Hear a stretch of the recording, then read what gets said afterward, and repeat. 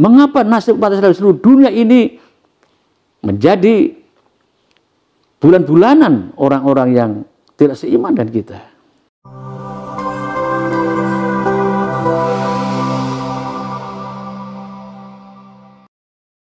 Ma'asalam fi amani syekhana Allahu rabbir khamura biruhina ya Rabbana.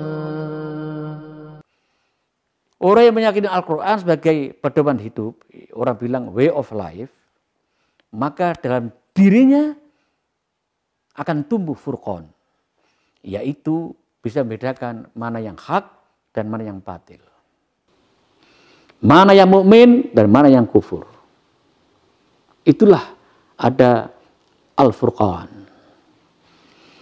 Para ikhwan dan ikhwah sekalian berbahagia, sampai sekarang ini saya dan kita tentunya merenungi perjalanan saum Ramadan sepanjang hidup kita ini, selama hidup kita ini.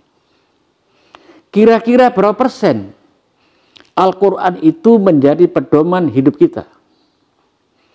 Kira-kira sudah berapa persen ayat Al-Quran kita terapkan dalam hidup dan kehidupan kita?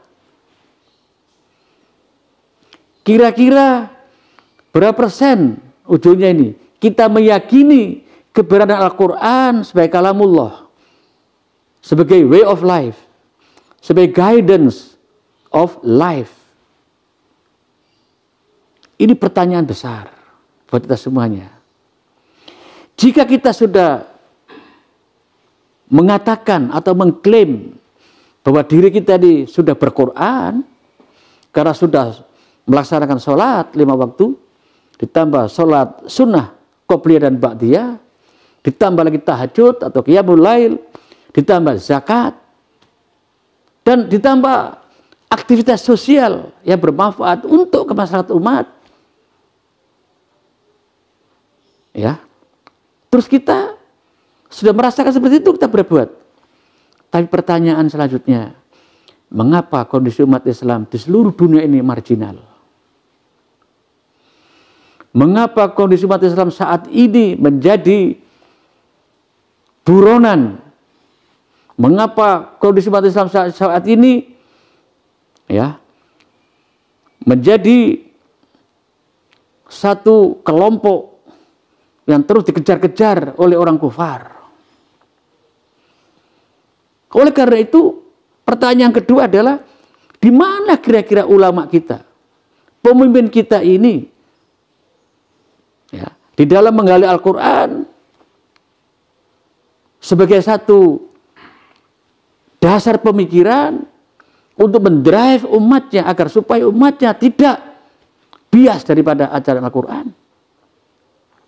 Ini pertanyaan kedua yang sangat mendasar bagi saya dan kita tentunya. Mengapa nasib umat Islam di seluruh dunia ini menjadi bulan-bulanan orang-orang yang tidak seiman dengan kita? Ini pertanyaan yang sangat mendasar, dan ini fakta dalam kehidupan, realitas umat Islam yang kita saksikan bersama. Dan kita akhirnya, jika iman ini loyo dan iman kita ini sudah mulai menurun dan menipis, kita juga akan mengatakan inilah nasib.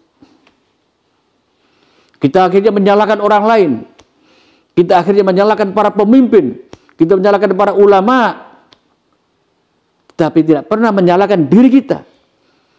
Karena Nabi mengatakan, ibda' binafsik, mulai dari dirimu.